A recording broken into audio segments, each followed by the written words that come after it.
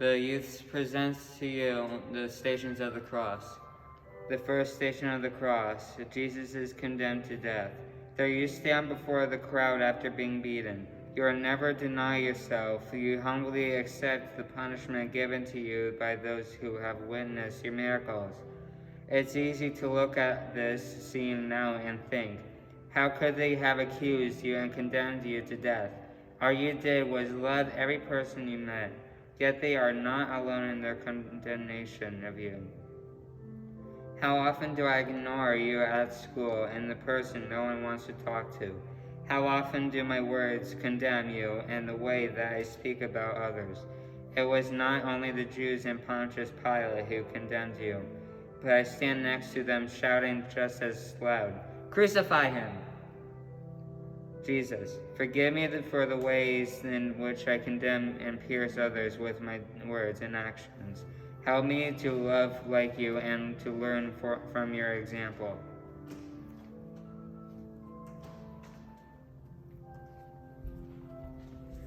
The second station of the cross.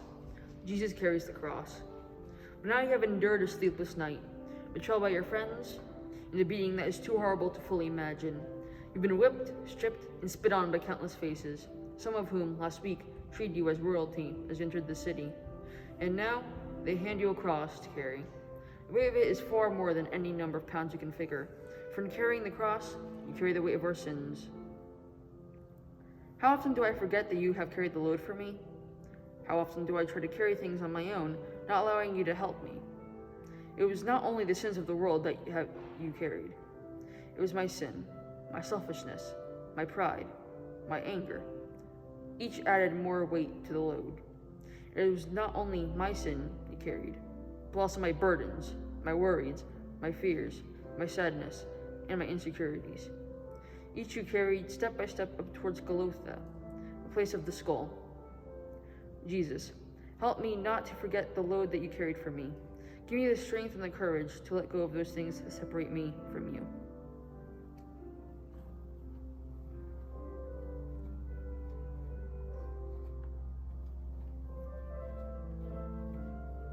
The third station of the cross. Jesus falls for the first time. As you walk through the narrow streets, every moment, every jolt burns and reopens your wounds. The pain, along with the weight of the cross, becomes too much, and you fall. In boxing, when a fighter falls and is too beaten to continue, the fight is stopped by the referee. Yet there is no one there to stop the battle you fought for us. Even though you know what still lies ahead, you do not stop and somehow find the strength to continue. How many times have I fallen in my walk? Too many to count, I'm sure. So many times when I fall, I don't feel like getting back up and trying again. There are too many temptations that I am faced with that feel too fun and easy to do because so many around me are doing them. Jesus, help me to remember your courage and perseverance when you fell. Give me the courage to get back up when I fall. Help me remember that it is worth to live as you lived.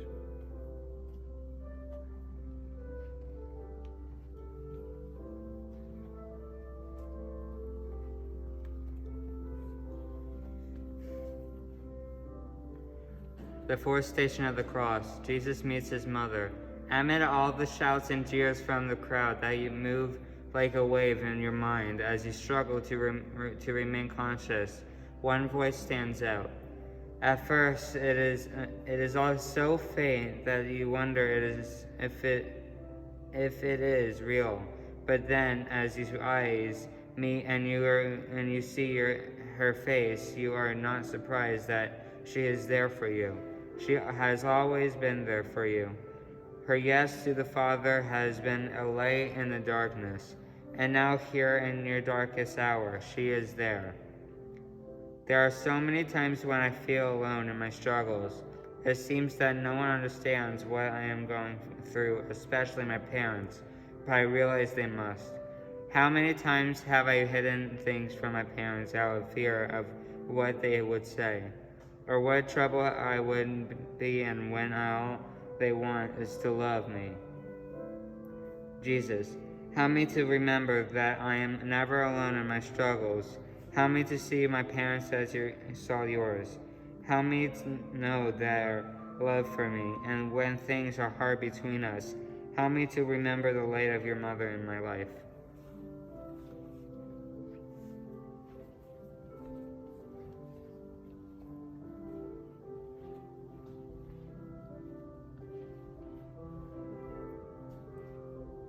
The fifth station. Simon helps Jesus carry his cross. The soldiers who had beaten you all day had what appears to be a moment of compassion. Yet, instead, their selfish motives override their opportunity for charity. They only want to follow their orders to get you up to the place where you will be crucified. How beaten you look that they decide to grab Simon, a Syrian, out of the crowd to help you to carry the cross. He follows behind you, walking in your steps, helping you move forward. You press on, knowing that the worst is yet to come. How often do I pass up an opportunity to help someone in need? Do I let what others may think of me stop me from reaching out? Jesus, open my ears to hear the ways that you call me to serve. Help me follow Simon's example of helping others. Help me to know what it means to be a true and faithful servant.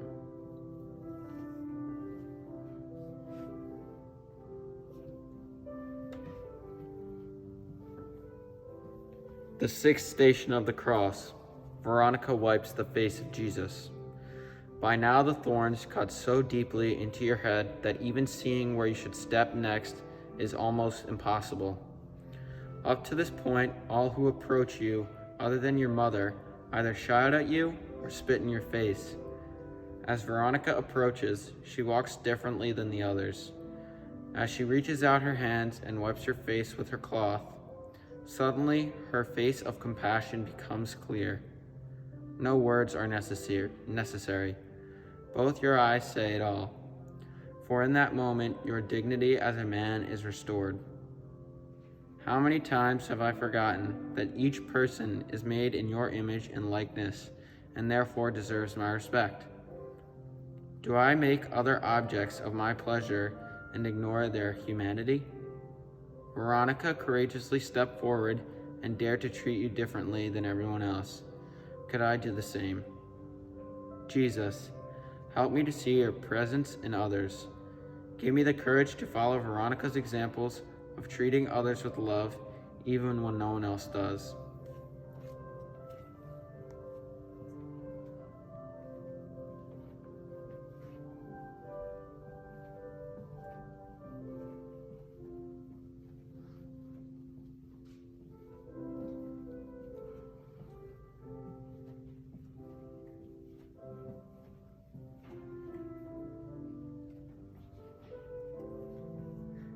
The seventh station of the cross. Jesus falls for the second time. The soldiers are enraged at you for falling this time. They can't understand how Simon's help is not enough. In their anger, they hit you again and again before they remember that you have to be alive to be crucified. The beating stops, but the shouts and taunts become louder and harsher. At this moment, you can stop this. You are the Messiah and have the power to reveal yourself to everyone there. But you know that it would not fulfill all that is written about you. You know that you must be faithful to all the Father's promises to his people. Remembering your love and your faithfulness, you get up. And now with your wounds full of dirt and each step embedding it deeper, you keep going. How many times have I failed to follow through on my promises? Or worse yet, how often have I lied even to people I care about? Do I remember your faithfulness even when I fail? Jesus, help me to believe in your faithfulness and love for me. Give me the grace to follow through on my word to others. Help me to be a person of integrity.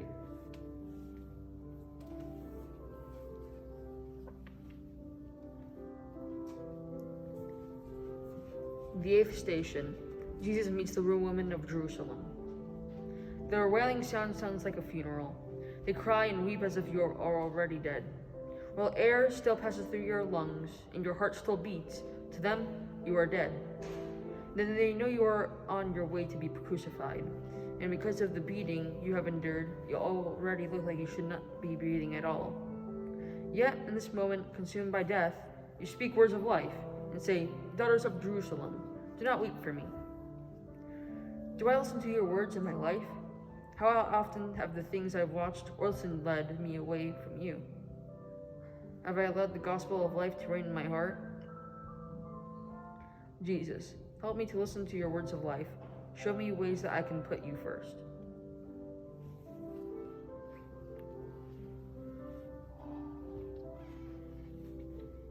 The ninth station of the cross. Jesus falls for the third time.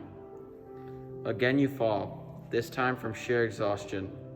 Only your will presses you forward while your body refuses. How difficult it must be to be you, fully God and fully man.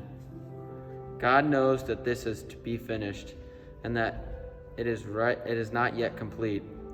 Man feels the excruciating pain, and every bone in your body wants you to stop right here and move no further. Somehow both join together and you muster the strength to get up. You vow to not fall again because now you can see the place they are leading you to. You know the end is close, and so you press on. How many times have I let my flesh win over my spirit? How often have I chosen to sin rather than to follow your way? Was it my sin that became too heavy that you fell this third time? Jesus, help me to follow your ways. Help me to remember your victory over my sin. Give me the grace to recognize when I sin and the desire to sin no more.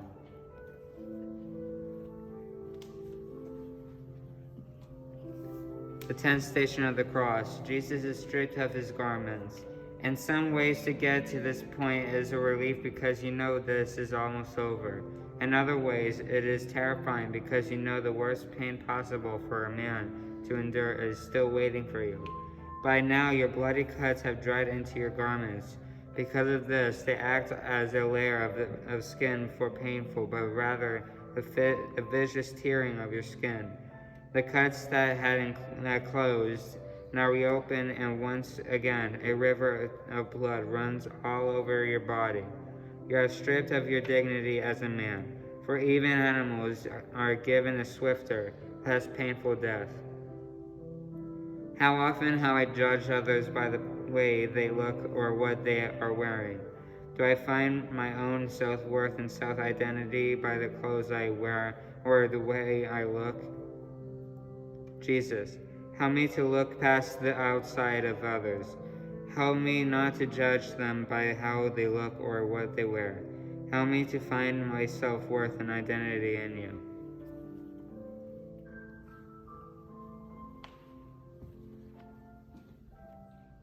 The 11th station. Jesus is nailed to the cross. Lying down on the wood is not foreign to you. The first place you were laid when you came into this world was a wooden manger. There you were laid in love, and now it is out of love that you lay here on this wooden cross.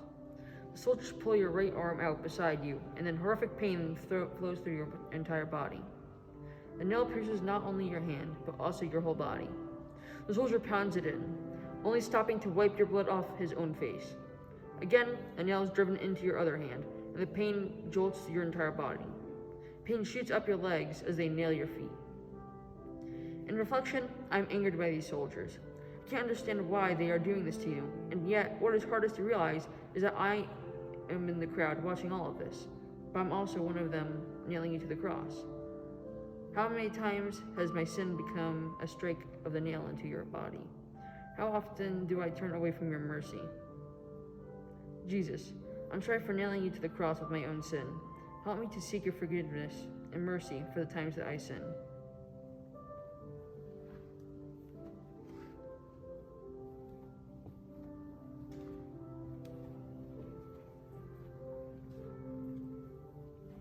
The 12th station of the cross. Jesus dies on the cross. Above your head is the inscription, King of the Jews. As you use every last ounce of life left in you to lift your body so that you can speak, you do not look the part. Yet every word out of your mouth is one of love, truly from another kingdom. The faces of all humanity must flash before your eyes, as one by one you recount whom you are doing this for. And finally you say, Father, into your hands I commend my spirit. It is finished. You breathe your last, and it looks as though this is the end. Jesus, help me to never forget your love for me. Help me to know that you died for me. Fill me with comfort in knowing that I never suffer anything you don't understand.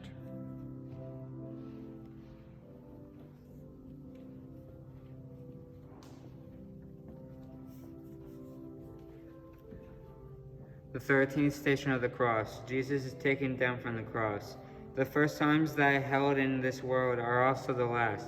Your mother was told a sword would pierce her heart the day she presented you as an infant to the Father. Now as she holds your body that is mangled beyond recognition, she sees not only the man she now holds, but also the child she held, and her heart is pierced. Your comfort to her will come, but in this moment she has only the Father to be with her in her sorrow and pain. All hope seems gone. How many times have I lost hope in you? How often have I doubted your ability to be God in my life over all things? Jesus, help me to trust in you. Help me to place all my hope in you, and give me peace in knowing that you are Lord over all things.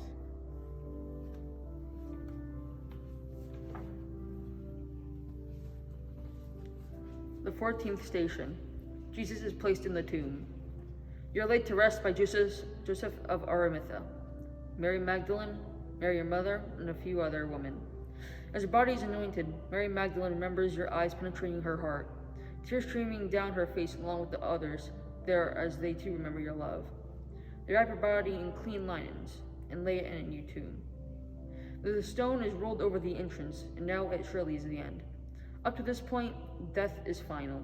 While those you have lived with, laughed with, and cried with are all in their heightened sorrow, believing all is over, you are conquering sin and death.